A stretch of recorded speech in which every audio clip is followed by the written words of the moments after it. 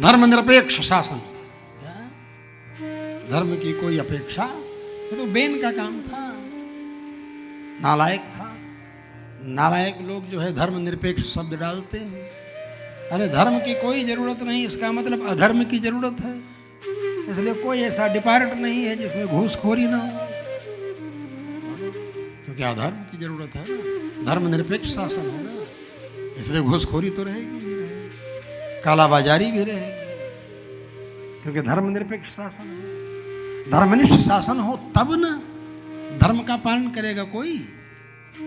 बोलो भाई, बेन वाला काम जो है, मैं तो कहूंगा कि कुछ प्रस्तावों को पास करने के चक्कर में 350 से ऊपर ले जाने के फेर में 370 या कितना चक्कर में पड़े। अरे भाई ऐसा करो, ये धर्मनिरपेक्ष शब्दबा हटा दो। संशोधन करना हो तो संविधान में ये संशोधन करो कि संविधान से धर्मनिरपेक्ष शब्द निकाल दो, क्योंकि लोकसभा में बिना किसी बहस के इस शब्द को डाल दिया गया था। सारे विपक्षी नेता जेल में थे, 76-77। उस समय ये धर्मनिरपेक्ष शब्द डाला गया है संविधान में, जबरदस्ती, ये बदमाशी। इसलिए इस शब्द को निकाल, जैसे बिना बहस के इस शब्द को डाला गया, इससे बिना बहस के भी इस शब्द को निकाल देना चाहिए। सीधी सी बात है। अरे जैसे जो रोग पैदा हुआ है, समझ रहे हैं ना, होम्योपैथ का भी ये सिद्धांत है ना कि अगर बैगन खाने से आपको रोग पैदा हुआ है तो बैगन का ही एसेंस निकाल करके उसको तुमको दिया जाएगा। क्या उसको बोलते हैं? तत्व। तो उस तुम्हारा रोग दूर होगा। जहर की दवा जहर, कांटे से कांटा निकलता है, मैल से मैल कटता है। ये तो आप सब लोगों को मालूम है। ये धर्मनिरपेक्ष शब्द निकाल देना चाहिए।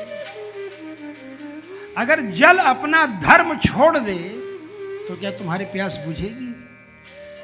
बोलो भाई। अगर आग अपना धर्म छोड़ दे तो क्या तुम रोटी पका पाओगे?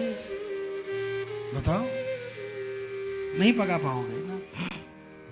और तुम धर्मनिरपेक्ष की बात करते हो। तुम धर्म को कितना भी नष्ट करना चाहो लेकिन तुम नष्ट नहीं कर सकते। बोले कि जल की शीतलता का धर्म मैं नष्ट कर दूंगा। उबलने लगेगा पानी, उसकी शीतलता गायब हो जाएगी। बोले तुम्हारे बैरोमीटर में उसकी शीतलता नहीं आएगी, तुमको शीतलता नहीं लगेगी, लेकिन फिर भी शीतलता उसमें छिपी हुई है। इसलिए कितना भी उबलता हुआ पानी अंगारे के ऊपर डालोगे तो अंगारा बुझ जाएगा उसी समय। बोलो भाई, बुझेगा कि नहीं बुझेगा? और फ्रिज से भी निकाल करके तेल अंगारे में डालोगे तो अंगारा धक धक धक धक बढ़ जाएगा। बढ़ जाएगा कि नहीं बढ़ेगा? कि बुझ जाएगा? बताओ भाई। इसके लिए किसी प्रयोगशाला में जाने की जरूरत नहीं है। इसलिए धर्म को कभी नष्ट नहीं किया जा सकता है। कितना भी धर्मनिरपेक्ष चिल्लाते रहो, लेकिन धर्म को नष्ट नहीं कर सको। हाँ, धर्म नष्ट करने के चक्कर में तुम स्वयं नष्ट हो जाओ भले, लेकिन धर्म नहीं नष्ट हो सकता। वेन ने कहा, जब अति कर दिया वेन ने, तो सोचा ऋषियों ने कि अब तो हमें इंटरफेयर करना चाहिए। ऋषियों ने जाकर के समझाना प्रारंभ किया। आज के ऋषि तो खुशामद करते हैं शासन की, समझाते नहीं, डांटते नहीं। आज गुरु महाराज जी भी चेला की खुशामद करते हैं, जबकि गुरु को चाहिए कि चेले को नियंत्रित रखे, अनुशासित रखे, लेकिन नहीं। इसलिए आंधर गुरु बहिर चेला, दोनों नरक में ठेलम ठेला। कहावत है, ऐसा नहीं होना चाहिए। सचिव वैद्य गुरु तीन जो प्रिय बोल ही भय आस। राज धर्म तन तीन कर हो ही बेगही नाश, ये नष्ट हो जाएगा। इसलिए मैं कह रहा हूं कि खुशामद में आमद का फार्मूला समाप्त करो, यथार्थ वक्ता बनो, यथार्थ बोलो। यथार्थ न बोलने के कारण लड़के बदमाश हो जा रहे हैं, लड़कियां बदमाश हो जा रही हैं, और उसका खामियाजा परिवार वालों को भोगना पड़ रहा है। कभी किसी के 32 टुकड़े होते हैं तो कभी किसी को ढकेल दिया जाता है खाई में ही। बोलो भाई, ये तो कोई ज्यादा दिनों की घटना नहीं है, खाई में ढकेल दिया। अभी उसकी डमी बना करके और लोगों ने उसको गिरा करके, पुलिस वालों ने, और देखा कि क्या कैसे। आप लोग भी जान रहे होंगे इन सब चीजों को, ज्यादा हम क्या बताओ। यदि अनुशासित करते माता पिता बचपन से उसको, तो ऐसे गलत रास्ते में क्यों जाता। अनुशासन अत्यंत अनिवार्य है, और अनुशासन आप तभी कर सकते हैं जब स्वयं आप अनुशासित हो। जब आप अनुशासित नहीं होंगे तो आप अपनी संतानों पर भी अनुशासन नहीं कर सकते। यदि आप अनुशासित नहीं होंगे तो आप अपने शिष्यों पर अनुशासन नहीं कर सकते। अनुशासन करने की पहली शर्त है अनुशासित होना। समझ गए? ये नियम है। और ऋषि महर्षि लोग अनुशासित हैं, उनको कोई लोभ नहीं है, भ्रम नहीं है, प्रमाद नहीं है, लिप्सा नहीं है, किसी प्रकार का लोभ नहीं है। इसीलिए ऋषि मुनियों ने जब वेन को समझाया और वेन नहीं मान रहा था तो उन्होंने हुम फट कहा, और वो उसी समय तत्काल मृत्यु के मुख में गिर गया, नीचे सिंहासन से आकर के गिर पड़ा, प्राण निकल गए उसके। ऋषियों ने हुम फट कहा तो तत्काल नीचे, क्योंकि ऋषियों को भी अब शब्द बोलना प्रारंभ किया। पहले तो सहते ही रहे अधर्म के खिलाफ, जो आवाज उठाने वाले ऋषि महर्षि थे, पहले सहते रहे, लेकिन जब अति कर दिया धर्म की खिलाफत करते हुए, तो अधर्म की खिलाफत करते हुए ऋषियों ने वेन को समझाना चाहिए। नहीं समझ रहा था तो उसको दंड दिया, मर गया। लेकिन ऋषियों ने सोचा, ऋषि चाहते तो सिंहासन पर किसी ऋषि को बैठा देते, लेकिन नहीं, शासन करना क्षत्रिय का धर्म है। क्षत्रिय का सिद्धांत क्या है? किसी भी निरपराधी को क्षत विक्षत न होने दे। सनातन नियमों का पालन करने वाले किसी भी प्राणी को क्षत विक्षत न होने दे। महाकवि कालिदास ने लिखा है रघुवंश महाकाव्य में, क्षतात् किल त्रायत इत्युदग्रह क्षत्रस्य शब्दो भुवनेषु रूढ़। तो क्षतात् त्रायतेति क्षत्रम, क्षत माने घाव से, त्राण माने रक्षा करे।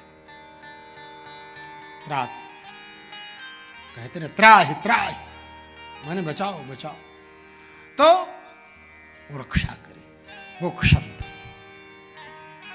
तो सोचे अब कहां से लावें, इसका कोई बच्चा भी नहीं जिसको सिंहासन पर बैठा हुआ, अब करें तो क्या करें। तब मंथन किया उसका, पहले उसके जंघों को मथा, तो जंघे के मथने से एक काला कलूटा बालक पैदा हुआ, तो उसको कहा निशीर, बैठ जा, बैठा दिया, तो कार्बन निकल गया उसका, उससे निषाद पैदा हुई। समझिए, निषाद जानते हो ना? निषाद। फिर भुजाओं का मंथन किया, दोनों भुजाओं का मंथन किया, तो दाहिनी भुजा से महाराज पृथु और बाईं भुजा से महारानी अर्ची, पृथु और अर्ची का प्रादुर्भाव हुआ। और जब ये प्रकट हुए तो ये तो साक्षात भगवान नारायण के ही अंशावतार हैं, पृथु और अर्ची। इनकी स्तुति करने लगे सब लोग, बोले मेरी स्तुति क्या कर रहे हो, आप पालन करने वाले हैं आप। हमने कहा, पृथु जी ने कहा, अरे भाई मैं बोल रहा हूँ कि मैं झूठी स्तुति से प्रसन्न होने वाला नहीं हूँ। अभी मैंने क्या स्तुति, अभी मैंने क्या किया जो आप मेरी स्तुति कर रहे हैं? अभी तो मैंने कुछ किया ही नहीं, अभी तो मैंने कुछ किया ही नहीं। बोले करने के लिए तो बहुत कुछ है। इस बेन के अत्याचार के कारण पृथ्वी ने बीजों को अपने अंदर छिपा लिया। प्रजा में अकाल पड़ा हुआ है, त्राहि त्राहि कर रही है। करने के लिए तो बहुत कुछ है। महाराज पृथु ने कहा, ऐसा पृथ्वी ने ऐसा किया? बोले हाँ। महाराज पृथु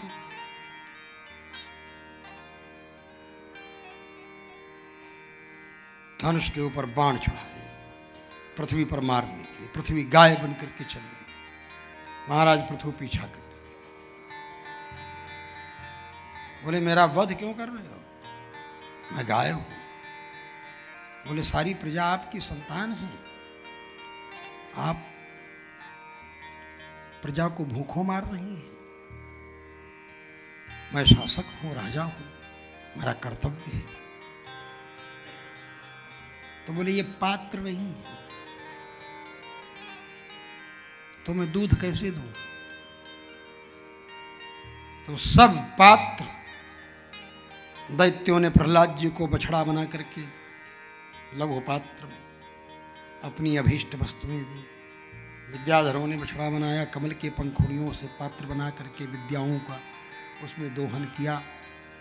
अग्निहोत्रियों ने वेद विद्या का दोहन किया।